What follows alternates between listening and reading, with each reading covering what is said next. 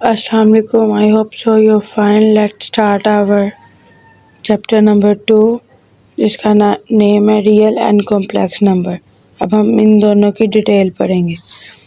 अगर हमारे पास ये इक्वेशन हो a प्लस b आयोटा, ये हमारा रियल नंबर होगा और कोई भी जो रियल नंबर के साथ अगर आयोटा की फॉर्म में आ जाए तो वो हमारा कॉम्प्लेक्स नंबर होगा।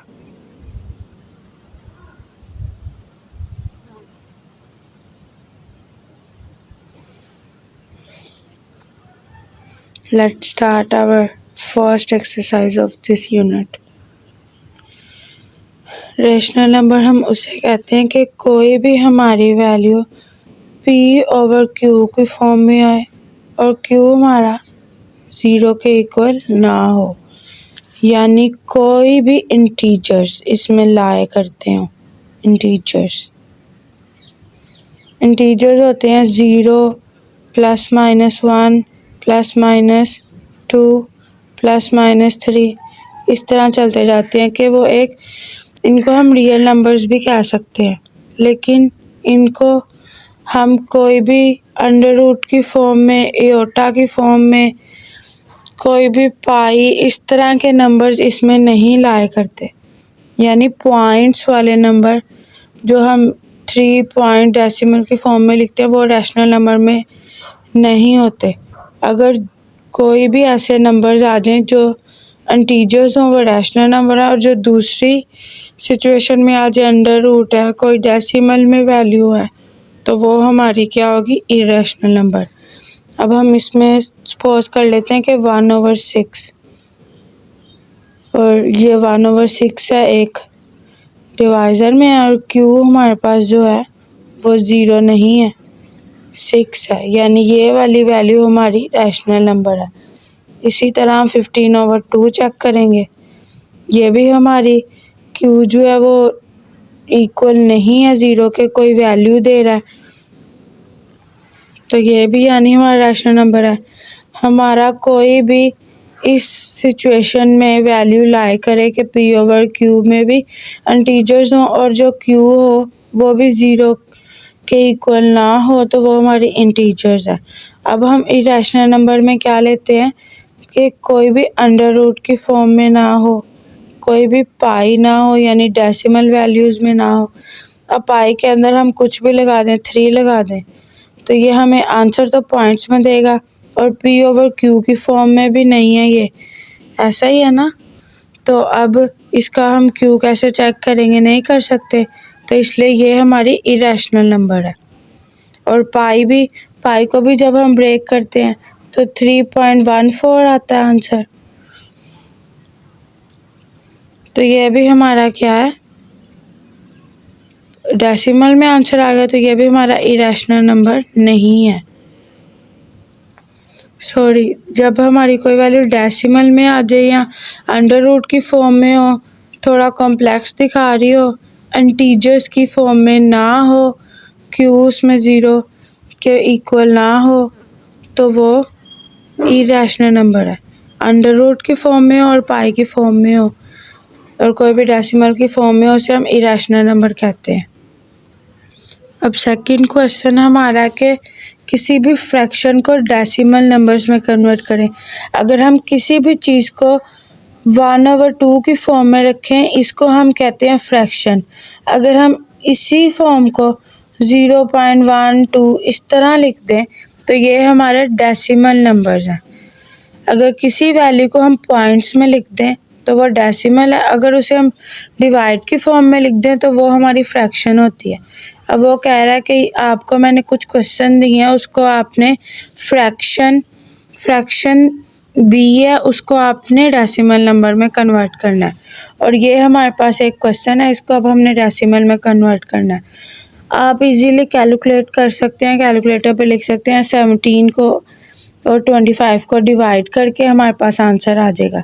अगर हम जिनके पास कैलकुलेटर ना हो वो कैसे सॉल्व करते हैं, उन्होंने पहले ऊपर वाली वैल्यू को अंदर रखना है और 25 को बाहर रखना है। अब 17 छोटा है, 25 बड़ा है, यानी हम स्टार्ट में पहले यहाँ पे 0 पॉइंट लगा देंगे। पहले पॉइंट लगता है फिर ही नीचे फर्दर ज़ीरोज़ आते हैं, अदरवाइज़ नहीं आते। तो इसलिए हमें यहाँ पे 0 लगा के वैल्यू बड़ी करने के लिए पॉइंट लगाना पड़ेगा 0 पॉइंट। तो अब हम यहाँ पे भी 0 ले आएंगे। अब हम 25 का टेबल वहाँ तक पढ़ेंगे कि यहाँ ये वैल्यू आ जाए या इससे छोटी वैल्यू आ जाए। ये वैल्यू तो नहीं आ रही, तो इससे छोटी वैल्यू ले लेते हैं।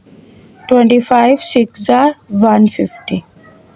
अब हम इसे माइनस करेंगे, 0 का 0, 7 में 5 निकाले 2।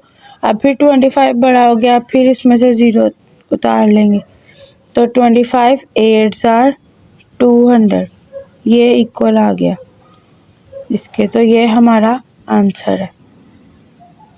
तो अब हमने इसको पॉइंट्स की फॉर्म में लिख दिया, तो यानी ये हमारी कन्वर्टिंग हो गई। अब इसी तरह नीचे वाले को रखना, 5 को अंदर और 8 को बाहर, और इजीली आपका आंसर आ जाएगा। आप इजीली कैलकुलेटर पे भी कैलकुलेट कर सकते हैं और आप वर्क करके भी कैलकुलेट कर सकते हैं। और इसको आप 5 को अंदर रखेंगे, 8 को बाहर रखेंगे, तो आपका ये आंसर आ जाएगा 0.625। आई होप सो आपको कन्वर्टिंग आ गई होगी कि फ्रैक्शन को डेसिमल नंबर्स में कैसे कन्वर्ट करना है। बहुत इजी मेथड है। ऊपर वाली वैल्यू को अंदर रखना है, नीचे वाली को बाहर रखना है, और सिंपली आपका आंसर आ जाएगा। अब उसने क्वेश्चन नंबर 3 में बताया कि ये स्टेटमेंट ट्रू और फॉल्स है। हम बताएंगे कि ये फॉल्स है कि ट्रू है। पहले हम इसमें उसने इरेशनल नंबर के बारे में पूछा है, रैशनल के, टर्मिनेटिंग के, नॉन टर्मिनेटिंग के, रिकरिंग के। अब हम इन फ्रैक्शंस के बारे में बात करेंगे, इन नंबर्स के बारे में बात करेंगे, फिर हमें पता चलेगा कि इसमें ट्रू कौन सी और फॉल्स कौन सी है। रैशनल नंबर्स का मैंने आपको बताया कि कोई भी इंटीजर्स पे लाई करे, पॉइंट्स में ना हो वैल्यू, और P/Q यानी फ्रैक्शन की फॉर्म में, और उसकी जो डिवाइज़र के नीचे वाली वैल्यू है वो 0 पे बिलोंग ना करती है, यानी उसकी वैल्यू 0 ना हो। और इरेशनल नंबर है जो कि अंडर रूट हो, पाई हो, और कोई भी डेसिमल फ्रैक्शन पे लाई करते हो, उसको हम कहते हैं इरेशनल नंबर। और टर्मिनेटिंग है, अगर हम किसी भी फ्रैक्शन को डिवाइड करते हैं तो वो एक जगह पे रुक जाती है। अब जैसे आप ये एग्जांपल ले लें, ये आगे बढ़ता तो नहीं ना जा रहा, ये भी आगे बढ़ता तो नहीं ना जा रहा, तो ये हमारी क्या होगी, टर्मिनेटिंग फ्रैक्शंस। ये भी हमारी क्या होगी, टर्मिनेटिंग फ्रैक्शन। अगर हम इसी तरह लें 0 10/3 लेते हैं, 10 को अंदर रखें, 3 को बाहर, 3 3 = 9, 1.0, 3 3 = 9, 10 में से 9 1, 3 3 = 9, ये यानी बढ़ता जाएगा। कोई ऐसी वैल्यू जो किसी भी पॉइंट पे एंड ना हो, वो नॉन टर्मिनेटिंग और रिकरिंग फ्रैक्शंस हैं। अगर वो किसी भी जगह पे जाके स्टॉप हो जाए, अगर हम उसकी फ्रैक्शन को सॉल्व करें, वो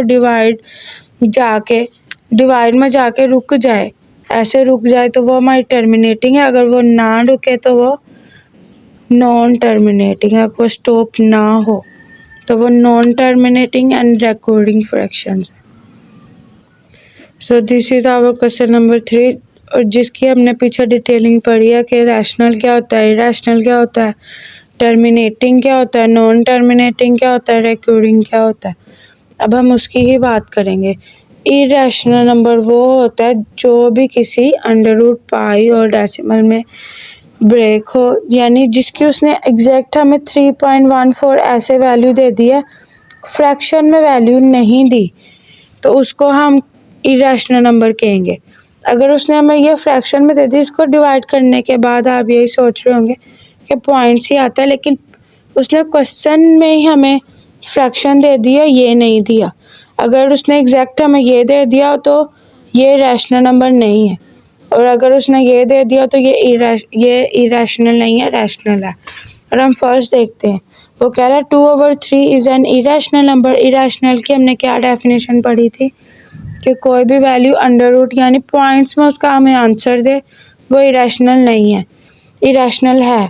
तो यानी ये हमारी क्या है, ये इंटीजर्स हैं और p/q की फॉर्म में, फ्रैक्शन की फॉर्म में, और q भी 0 के इक्वल नहीं है, तो ये हमारी रैशनल नंबर है। तो ये बात फॉल्स कर रहा है, गलत कर रहा है ये बात कि 2/3 एन इरेशनल नंबर, ये इरेशनल नहीं है, रैशनल है, तो ये गलत बात कर रहा है। और पाई क्या है, ये इरेशनल नंबर ही है, यानी ये सही बात है। 1/9 को जब हम डिवाइड करते हैं तो वो हमें पॉइंट्स में आंसर दे देता है और वो इन्फिनिटी तक जाता है, उसकी कोई लिमिट नहीं है, वो आगे जा ही जा रहा है। और आपने एक बात याद रखनी है कि जब भी कोई वैल्यू इन्फिनिटी तक जाए उसके सो ऑन के लिए सिर्फ 3 डॉट्स लगाने, इससे ज़्यादा नहीं लगाने। टर्मिनेटिंग में हमने क्या कहा था कि वैल्यू स्टॉप हो जाए, इसमें स्टॉप नहीं हो रही, यानी ये भी क्या कह रहा है, बात फॉल्स कर रहा है। और ये टर्मिनेटिंग है यानी ये रुक गई है, तो ये ट्रू है। और रिकरिंग और नॉन टर्मिनेटिंग ये एक ही चीज़ है जो कि नहीं रुकनी चाहिए थी, इसमें वैल्यूज़ नहीं रुकती, इसकी डेफिनेशन ये है। तो यानी ये रुक गई है, तो ये हमारी क्या है, फॉल्स है। I hope so you clear it. Then I will start next question, question number 4। अब उसने कहा है कि नंबर लाइन रिप्रेजेंट करें। अब हम कैसे, ये जो उसने नंबर दिया है इसको नंबर लाइन पर रिप्रेजेंट करें। अब हम कैसे करेंगे, सबसे पहले हम इसकी डिवाइड की वैल्यू यानी इसको पॉइंट्स में कन्वर्ट करेंगे। अभी हम कैसे लेंगे नंबर लाइन, अब हमने इसको डिवाइड करके हमारे पास ये आंसर आया है, इसको हम नंबर लाइन में लिखेंगे कि इस तरफ हमारी पॉजिटिव वैल्यूज़ आती हैं, इस तरफ नेगेटिव, और सेंटर में 0 आता है। 0 के इस तरफ जितने भी हम वैल्यूज़ लिखेंगे वो हमें पॉजिटिव की साइड पे लेकर जाएंगे, और इस तरफ हम जितने भी वैल्यूज़ लेंगे वो हमें नेगेटिव की साइड पे लेकर जाएंगे। अब हमने इस वैल्यू को डिवाइड किया है, अब हमने इस वैल्यू को डिवाइड किया और हमारे पास आंसर पॉइंट में भी आ गया। और फर्स्ट वैल्यू को हमने देखना है 0, यानी ये पॉजिटिव भी है और 0 के बाद बिलोंग कर रही है, यानी इस पॉइंट पे बिलोंग कर रही है, 1 से पीछे और 0 के आगे। तो हमने इस पॉइंट को M का नाम दे देना, कोई भी आप A B C कोई भी पॉइंट का नाम दे सकते हैं, और इसको हम ऊपर लिख देंगे 2/3, यानी ये इस पॉइंट पे बिलोंग कर रही है, इसको कहते हैं नंबर लाइन। जब हम इस सिचुएशन में कोई क्वेश्चन आ जाए तो क्या करते हैं हम, give a rational number between. अगर हम कहते हैं, हमने छोटी क्लासेस में पढ़ा कि हम कोई हमें 2 वैल्यूज़ दे देता था तो कहते थे इसके between odd numbers, even numbers, इस तरह फाइंड करें। और अब उसने हमें कह दिया कि इन दोनों के दरमियान में रैशनल नंबर फाइंड करें। अब हमने 3/4 को डिवाइड करके देखना है कि हमारे पास आंसर क्या आया। 3/4 को जब हम डिवाइड करते हैं तो हमारे पास आंसर आता है 0.75, और 5/9 को जब डिवाइड करते हैं तो हमारे पास आंसर आता है 0.55। अब हमने इन दोनों के दरमियान में वैल्यूज़ लाइज करवानी है कि इनके दरमियान में कौन सी वैल्यू आती है। सबसे छोटी ये है ना 5/9, और बड़ी ये है, ये छोटे में पॉइंट्स में आंसर दे रही है, ये बड़े में दे रही है। तो यानी हमने 0.55 से स्टार्ट करना है और 0.75 तक वैल्यूज़ लेकर जानी है, हमें इसमें लाइज करवानी चाहिए। अब हम 57/100 लेंगे एक वैल्यू, ये हमें 0.57 आंसर दे रही है। अगर हम इससे छोटी ले 56/100, 0.56 हमें दे रही है, यानी ये इससे आगे लाई कर रहा है, ये वैल्यू। इसी तरह हम इन्हें लिखते जाएंगे और ये आगे लाई करती जाएगी। सो ऑन हमने लेकर जाना है 0.74 तक, यानी हम इसका लेकर जा सकते हैं 74/100, तो ये इसमें लाई करेगी। इसी तरह हमने इसको 0.74 तक ही रखना है। 0.55 से कह रहा 0.75 के बिटवीन लाई करना चाहिए, यानी इससे आगे वाली वैल्यू और इससे एक पीछे वाली वैल्यू, और वह ये वैल्यूज़ हैं जो इनके दरमियान में लाई कर रही हैं। अब ये मैंने 3 डॉट लगाए, यानी यहाँ 56/100 से वैल्यू स्टार्ट होना शुरू होंगी और 74/100 से एंड करेंगी। अगर हम इसको डिवाइड करें तो ये 0.56 से लेकर 0.74 तक हमें आंसर देगी, जो कि इसके बिटवीन ही लाई करता है। अब ये हमारे पास क्वेश्चन नंबर 6 है, इस एक्सरसाइज का लास्ट क्वेश्चन। इसमें उसने रिकरिंग डेसिमल का है, यानी ये भी नॉन टर्मिनेटिंग की तरह बढ़ता चला जाएगा, स्टॉप नहीं होगा। और उसने हमें ये वाली 3 क्वेश्चंस दे दिए हैं। तो 0.5 अगर इसके ऊपर ये वैल्यू आ गई है, यानी ये 0.5555 सो ऑन बढ़ता चला जा रहा है, ये रुक नहीं रहा। तो इसी तरह हमने इसको देखना है कि ऊपर जब ये बार आ जाए, तो उसने हमें क्वेश्चन में भी कह दिया कि ये रिकरिंग डेसिमल है, यानी ये रुकेगा नहीं। तो इसके ऊपर बार आ जाए, यानी जिस वैल्यू के ऊपर, जिस नंबर के ऊपर बार हो, वही वैल्यू आगे सो ऑन तक जाएगी। अगर हम इसको लेट्स सपोज करें कि 0.5 को डिवाइड करें और यहाँ पे हमारे पास क्या आ रहा है 10, पहले हम इसको x के लेट कर लेते हैं इस वैल्यू को। अब हम 0.5 को 10 के साथ डिवाइड करेंगे, हमारे पास क्या आएगा 10, यानी हमने इसको बोथ साइड किस चीज़ से मल्टीप्लाई कराना है 10, मल्टीप्लाइंग बोथ साइड बाय 10। तब हम इसे 10 के साथ मल्टीप्लाई करा देंगे, 10 multiply x is equal to 0.555 multiply 10। अब हम इसे मल्टीप्लाई करेंगे 10x आ जाएगा, और इन दोनों का मल्टीप्लाई करेंगे तो 5.55 आ जाएगा। इसको हम इक्वेशन 1 कह देंगे, इसको इक्वेशन 2 कह देंगे। अब सब्ट्रैक्टिंग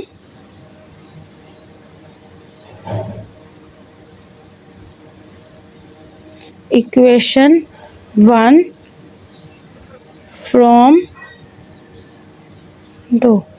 और आपने माइनस वाली सिचुएशन में एक बात याद रखनी है कि जब हम सब्ट्रैक्ट कर रहे हैं, फ्रॉम से बाद वाली वैल्यू को ऊपर रखना है और पीछे वाली वैल्यू को नीचे रखना है। अब हमने फ्रॉम से 2, फ्रॉम के बाद कौन सी इक्वेशन आ रही थी 2, तो हम अब इसमें लिखेंगे 10x, और इसमें क्या लिखेंगे -x, इसमें 5.55, और इसमें क्या लिखेंगे -0.55। इसमें से ये दोनों माइनस करें, 10x में से जब 1x माइनस हो जाएगा तो हमारे पास क्या बचेगा 9x, और इन दोनों में से जब ये माइनस करेंगे अकेला 5 बचेगा। अब इसमें x हमने फाइंड करना होता है, जिस चीज़ के हम लेटिंग कर रहे हैं उसको ही हमने फाइंड करना होता है। तो ये यहाँ मल्टीप्लाई हो रहा है, वहाँ जाकर डिवाइड हो जाएगा, और 5/9 हमारा आंसर आ जाएगा। अब उसने नेक्स्ट क्वेश्चन हमें दे दिया 13।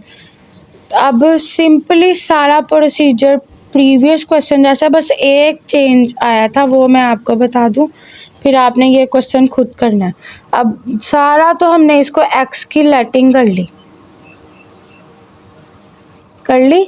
अब हमने इसको क्या करना है कि इसको हम किसके साथ मल्टीप्लाई कराते हैं 10 के साथ, लेकिन 0.13 है, इसका पॉइंट ख़त्म करते वक्त इसमें क्या आया 100। अब आपने इसको 100 के साथ मल्टीप्लाई कराना है, पॉइंट पे कट करके जितनी भी वैल्यूज़ यहाँ बनेगी ना उसको मल्टीप्लाइंग बोथ साइड उसको कराना है। हमारी 2.1 कंप्लीट हुई इस क्वेश्चन में। आई hope so you understand it, और आपने इसकी ज़्यादा से ज़्यादा प्रैक्टिस करनी है, फिर ही आपके फिंगर टिप्स पे होगा। Please subscribe my channel and forwarding it your contact list and share it